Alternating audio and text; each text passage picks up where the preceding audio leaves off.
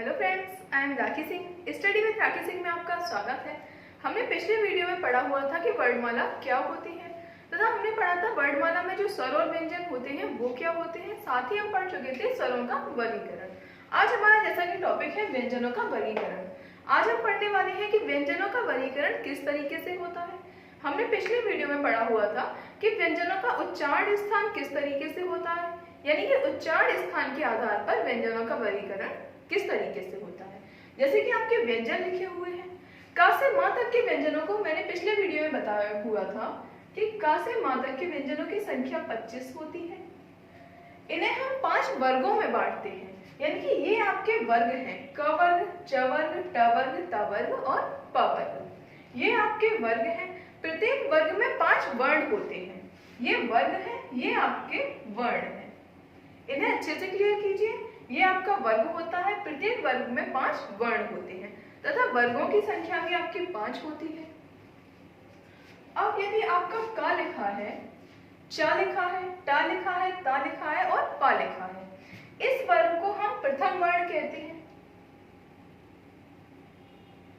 इन्हें हम प्रथम वर्ण कहते हैं। ख, छ, ठ, थ और फ, इन्हें हम द्वितीय वर्ण कहते हैं। कि प्रत्येक वर्ग का प्रथम वर्ण, प्रत्येक वर्ग का द्वितीय वर्ण, इस तरीके से कहते हैं। इन्हें तृतीय, चतुर्थ और पंचम वर्ण कहते हैं। इनमें जो पंचम वर्ण होते हैं, यानी कि ण, य, ण, न, म, इन पंचम वर्णों को हम नासिक व्यंजन भी कहते हैं। यानी कि क्वेश्चन पूछा जाता है इनमें से नासिक व्यंजन कौन सा है, तो कोई 3 इन सब में से दे दिए जाएंगे और चौथा इनमें से दे दिया जाएगा। वो आपका आंसर होता है कि इन्हें हम नासिक व्यंजन भी कहते हैं। अब देखते हैं व्यंजनों का जो वर्गीकरण होता है वो किस आधार पर होता है।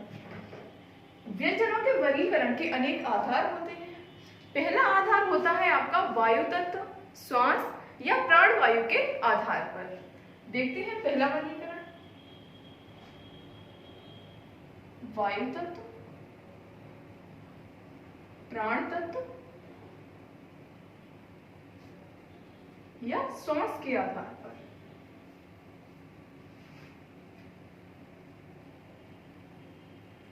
श्वास के आधार पर, यानी कि प्राण तत्व, वायु तत्व क्या मतलब, का मतलब क्या होता है। प्राण तत्व, वायु तत्व यानी कि जो हमारे गले के अंदर से जो वायु निकलती है, वहां से उसका मतलब है कि वायु कम निकलती है या ज्यादा निकलती है।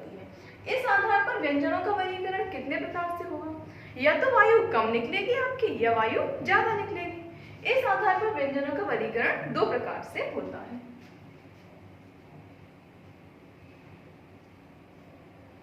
पहला नाम होता है इसका अल्प प्राण,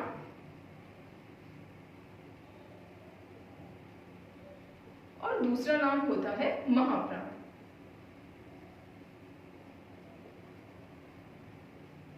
अल्पप्राण और महाप्राण।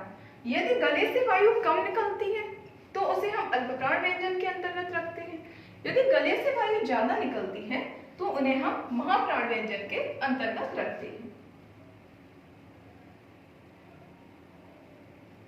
अब देखते हैं कौन सा व्यंजन हमारा अल्पप्राण में आएगा, कौन सा महाप्राण में आएगा। अब पहले हम उच्चारण करके देखते हैं। हमने उच्चारण किया क और उच्चारण किया ख। यदि क और ख का उच्चारण करते हैं, साथ ही में इनकी तुलना देखते हैं। यदि क बोलते हैं तो वायु हमारी कम निकलती है और ख बोलते हैं तो वायु कहीं ना कहीं ज्यादा निकलती है। यानी कि प्रत्येक वर्ग का प्रथम वर्ण और प्रत्येक वर्ग का द्वितीय वर्ण, इन दोनों की हम तुलना कर चुके हैं। तो प्रथम वर्ण हम किस में रखेंगे, अल्पप्राण में, क्योंकि इसमें वायु कम निकल रही है। क बोल रहे हैं तो कम निकल रही, ख बोल रहे हैं तो ज्यादा निकल रही। और जो आपका प्रथम वर्ण का उच्चारण होगा वही आपके सभी वर्ण के उच्चारण होंगे। जैसे प्रथम वर्ण इसमें अल्पप्राण है तो इसमें भी आपका अल्पप्राण ही रहेगा। क्लियर है। जैसे आप देख लीजिए च और छ। यदि आप च बोलते हैं तो कम प्राण वायु की आवश्यकता पड़ती है, वहीं आप छ बोलते हैं तो आपकी ज्यादा वायु प्राण की आवश्यकता पड़ती है। यानी कि प्रथम वर्ग आपका अल्पप्राण के अंतर्गत आता है। प्रथम कह दो या फिर इसे फर्स्ट लिख देते हैं। अब ख यानी कि द्वितीय वर्ण, ये आपका महाप्राण के अंतर्गत आता है। ग और घ, यदि आप ग बोलते हैं तो कम प्राण वायु की आवश्यकता पड़ती है, यानी कि ये आपका तृतीय आपका अल्पप्राण के अंतर्गत आ जाएगा, और चतुर्थ इसी तरीके से आपका महाप्राण के अंतर्गत, और पंचम आपका अल्पप्राण के अंतर्गत आ जाता है। इनका उच्चारण आप साथ में करके देख सकते हैं। क कम वायु यानी कि अल्पप्राण, ख अधिक वायु यानी कि महाप्राण, इसी तरीके से त कम वायु यानी कि अल्पप्राण, और थ यानी ज्यादा वायु तो आपका महाप्राण। ये आपके उच्चारण होते हैं। साथ ही में हम देखते हैं और भी वर्ण होते हैं, क्योंकि व्यंजन इनके अलावा काफी होते हैं। अब देखते हैं हम य, र, ल और व। यदि हम य, र, ल, व बोलते हैं तो कम वायु की आवश्यकता पड़ती है या अधिक वायु की? आप उच्चारण करते जाइए साथ में, य, र, ल और व। इन्हें यदि हम बोलते हैं तो हमें कम वायु की आवश्यकता पड़ती है, इसलिए हम इन्हें अल्पप्राण के अंतर्गत रखते हैं। और सबसे अच्छी बात यह है कि ये चारों के चारों एक साथ आ जाते हैं अल्पप्राण में। तो हमें ये भी याद नहीं रखना कि इसमें से 2 अल्पप्राण में आ रहे हैं तो 2 महाप्राण में आ रहे हैं, सभी आ रहे हैं आपके अल्पप्राण में, इसलिए हम इन्हें आराम से याद कर सकते हैं। य, र, ल और व, ये आपका सभी अल्पप्राण के अंतर्गत चल रहा है। क्लियर है?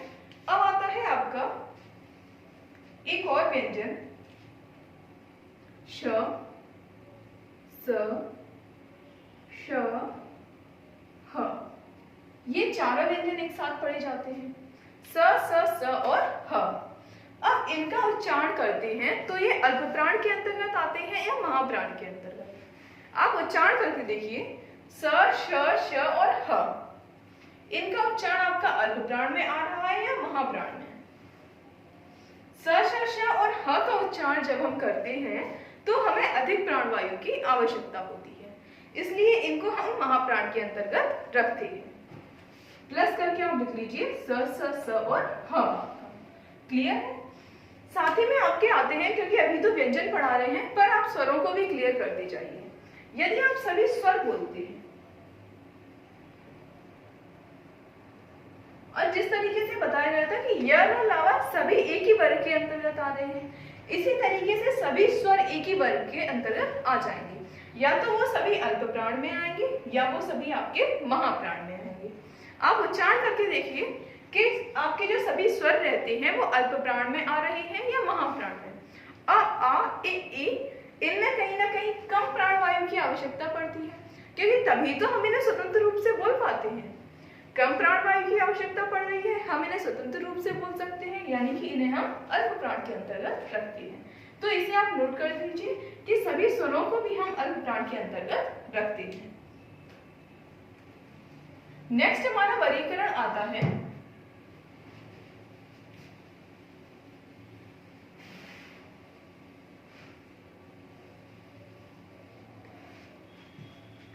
घोषत्व के आधार पर।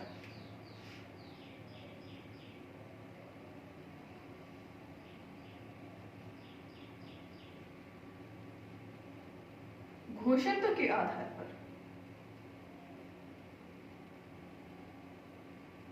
या फिर हम कह सकते हैं घोषनाद यानी कि स्वर तंत्र में कंपन के आधार पर।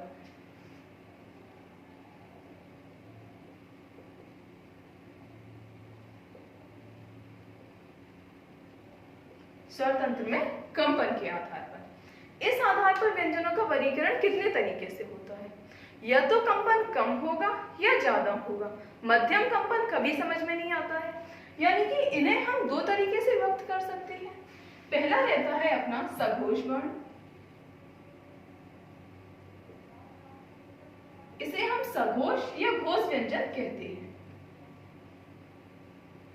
सघोष या घोष। सेकंड होता है हमारा अघोष।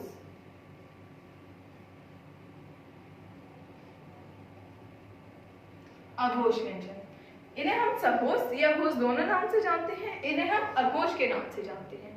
अब किन में कंपन ज्यादा होता है और किन में कंपन कम होता है?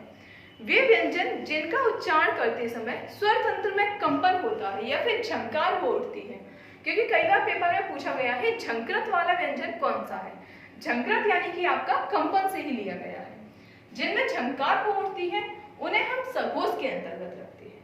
यानी कि जिन व्यंजनों का उच्चारण करते समय स्वर तंत्र हमारा कंपित होता है उन्हें हम सघोष के अंतर्गत रखते हैं, और जिन व्यंजनों का उच्चारण करते समय स्वर तंत्र कंपित न हो या फिर न के बराबर कंपित हो उसे हम अघोष के अंतर्गत रखते हैं। अब हम देखते हैं कि कौन सा व्यंजन हमारा सघोष के अंतर्गत आएगा और कौन सा व्यंजन हमारा अघोष के अंतर्गत आएगा। पहला वर्ग है, दूसरा वर्ण ये है, तीसरा वर्ण ये है। अब प्रत्येक वर्ण यानी कि हमने कहा यदि का अघोष के अंतर्गत आ रहा है या फिर का प्रथम वर्ग का अघोष के अंतर्गत आ रहा है तो आपके च, ट, त सभी अघोष के अंतर्गत आ जाएंगे। क्लियर है? अब हम इनका उच्चारण करके देखते हैं, साथ में उच्चारण करते जाइए आपके क, ख, ग, घ, न। यानी कि क, ख गले से बोलता है पर इसमें झंकार नहीं होती है, यानी कि इसमें कंपन नहीं होता है। पर यदि आप उच्चारण करेंगे ग, घ, न तो इसमें कहीं ना कहीं कंपन होता है। आप उच्चारण करते जाइए साथ में तो आपको अच्छे से क्लियर होगा। इसी तरीके से च, छ, ज, झ, न, यानी कि च, छ में कम कंपन हो रहा है इसलिए हम इन्हें रखेंगे अघोष के अंतर्गत। यानी कि प्रत्येक वर्ग का प्रथम और द्वितीय वर्ण आपका अघोष वर्ण होता है। साथ ही तीसरा, चौथा और पांचवा वर्ण आपका सघोष वर्ण होता है। तीसरा, चौथा और पांचवा ये आपका सघोष वर्ण होता है। पहला, दूसरा अघोष वर्ण होते हैं। अब आता है वही आपका य, र, ल, व। य, र, ल, व का यदि आप उच्चारण करते हैं तो वह सघोष के अंतर्गत आता है या अघोष के अंतर्गत। उच्चारण करते जाइए साथ में य, र, ल, व। उसी तरीके से होता है ग, घ, न, य, र, ल, व, ग, घ, न, यानी कि ये आपके सघोष के अंतर्गत आ जाएंगे और इन्हें थोड़ा सा याद भी रखना पड़ता है। ये सभी आपके सघोष के अंतर्गत आ जाएंगे, यानी कि आप इन्हें प्लस करके जोड़ते जाइए। अब आते हैं आपके व्यंजन स, श, श, ह। यदि आप स का उच्चारण करते हैं और ह का उच्चारण करते हैं, इसमें बस थोड़ा सा अंतर रहता है कि स आपके एक ही वर्ग में आते हैं और ह आपका एक अलग वर्ग में आता है। यदि आप उच्चारण करके देखते हैं तो स में जितना कंपन नहीं होता है जितना कि आपका ह में कंपन होता है। ह आपका यानी कि सघोष के अंतर्गत आ जाएगा और स आपके अघोष के अंतर्गत आ जाएंगे।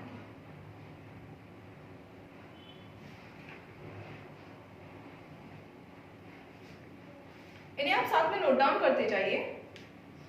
आपके सभी स्वर सभी स्वर आपके किसके अंतर्गत आते हैं? सभी स्वर ये आपके सघोष के अंतर्गत आएंगे या अघोष के अंतर्गत। सभी स्वर का यदि आप उच्चारण करते हैं आ, ए, तो सभी में झंकार होती है, यानी कि आपका स्वर तंत्र कंपित होता है, इसलिए ये आपके सघोष के अंतर्गत आएंगे। इन्हें भी आप साथ में लिख लीजिए कि सभी स्वर आपके सघोष के अंतर्गत आते हैं। क्योंकि हम व्यंजन पढ़ जरूर रहे हैं पर सभी चीजों को एक साथ क्लियर करते हुए चलेंगे। क्लियर है? अब देखो अल्प प्राण महाप्राण थे वो हम बोल के देख लेते थे, आराम से समझ में आ जाता है और बहुत अच्छे से क्लियर भी हो जाते हैं। पर कुछ स्टूडेंट्स को इन सब में दिक्कत होती है कि हमारा झंकार समझ में नहीं आ रहा, क्या हो रहा, कंपन भी समझ में नहीं आ रहा है। इस तरीके से हम इन्हें कैसे याद रखें? इन्हें याद रखने की सिर्फ छोटी सी ट्रिक है। आप यदि इन्हें थोड़ा सा ट्रिकी तरीके से याद करेंगे तो आपको वो भी याद हो जाएंगे। देखिए आपके स्वरों की संख्या कितनी होती है, आपके स कितने होते हैं? स आपके 3 होते हैं, स और स। हमने यही तो सब पढ़े हैं कि स आपके 3 होते हैं। यदि सघोष पूछा जाता है या घोष पूछा जाता है तो स्टार्टिंग कहां से करनी है? 3 से। 3 4 5। क्लियर है? स आपके 3 होते हैं, यानी कि सघोष कौन से वर्ण होते हैं? तीसरा वर्ण, चौथा वर्ण और पांचवा वर्ण। आ आपके कितने होते हैं? छोटा अ और बड़ा अ, यानी कि अ आपके होते हैं 1 और 2। क्लियर है? सघोष और अघोष होगा क्लियर? इस तरीके से आप ट्रिकी तरीके से भी थोड़ा सा याद कर सकते हैं। अब देखा था हमने कि जो य र लव और ह है इन्हें हम कैसे याद रखें, सघोष में है या अघोष में है। देखो स यहाँ देखो आपका पहला दूसरा तो ये आ गया, पहला दूसरा इसमें रखा जा सकता है, तो हम तीसरे के लिए तीनों सा रख देते हैं, तीसरे के लिए तीनों सा रख देते हैं। ये कोई तरीका नहीं है, ये आपकी ट्रिक है। और यहाँ देखा कि 3 4 5 यानी कि यहाँ संख्या ज्यादा है, तो जो संख्या बची है ज्यादा वाली वो हम पहले में ही जोड़ देते हैं। पिछले वाले में भी देखा था अल्प प्राण में क्या था आपका, पहला तीसरा पांचवा, और महाप्राण में क्या था आपका दूसरा और चौथा। इसी तरीके से एक में ज्यादा रहते हैं, एक में आपके कम रहते हैं। अल्प प्राण में पहला तीसरा पांचवा था, तो उसी में हमने सभी स्वर रख दिए थे, उसी में हमने यारा रावा रख दिए थे। इस तरीके से भी थोड़ा आप चार्ट बना लेंगे तो आपको अच्छे से क्लियर हो जाएगा। नेक्स्ट देखते हैं,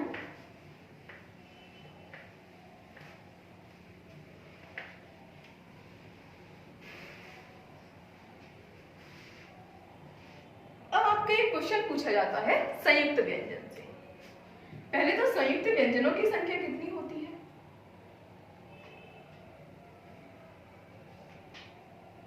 संयुक्त व्यंजनों की संख्या आपकी 4 होती है। और ये संयुक्त व्यंजन कौन कौन से होते हैं, ये संयुक्त व्यंजन हमने पिछले वीडियो में भी बताए हुए थे कि संयुक्त व्यंजन 4 होते हैं, क्षेत्र, ज्ञ और श्री, यानी कि छ, त्र, ज्ञ और श्र। क्लियर? जब ये संयुक्त व्यंजन है तो वह किन व्यंजनों से मिलके बने हुए हैं, ये देखते हैं। छ है तो इसे हम आधा क प्लस स से मिलकर बनाते हैं। क में हलंत होगा, इधर ध्यान दीजिए, क में हलंत रहता है परंतु स में कोई हलंत नहीं रहता है। त्र, यदि त्र पढ़ते हैं तो किन वर्णों की आवृत्ति हो रही है, आधा त और रा की। इस तरीके से ये हमारा आधा त प्लस र से मिलकर बना होता है। इन सभी व्यंजनों में पहले में हलंत होता है परंतु दूसरे में हलंत नहीं होता है, क्योंकि पेपर में क्वेश्चन आता है तो हल्का सा अंतर रखते हैं माइनर, कि दोनों में हलंत लगा दिया या फिर किसी में हलंत नहीं लगाया, तो हमारा क्वेश्चन वही गलत हो जाता है। अब आता है ज्ञ। ज्ञ को हम 2 तरीके से लिखते हैं। पहले तो आता है आधा ज और अणा। पिछले वीडियो में थोड़ा सा गलत हो गया था, यहाँ पे आपको यह लिख दिया गया था। अब एक तो ये तरीका रहता है जो अभी तक पेपर में पूछा गया है, ऑप्शन भी आपको यही दिया जाता है।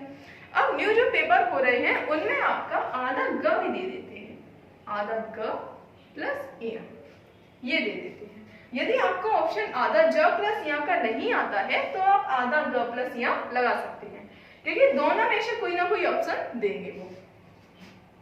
अब आता है श्र। यदि आप श्र का उच्चारण करते हैं तो किस तरीके से होता है, श्र यानी कि आधा श और र आ रहा है इसमें, तो इसका योग आधा श प्लस र से होता है। अब इसमें क्वेश्चन किस तरीके से पूछे जाते हैं, क्वेश्चन पूछा जाता है शब्दकोश में 6 वर्ण, शब्दकोश में 6 वर्ण किस वर्ण के बाद आता है, शब्दकोश में 6 वर्ण किस वर्ण के बाद आता है। इतना सारा शब्दकोश है, ऐसे हम कैसे याद रखेंगे, परंतु क्वेश्चन भी आपके लिमिटेड ही रहते हैं, ऐसा नहीं है वो कहीं से भी उठा के पूछते हैं। शब्दकोश में 6 वर्ण आपका क वर्ण के बाद आता है, ये याद रखना है कि 6 मिलकर किससे बना है, क से, यानी कि 6 आपका क के बाद आता है।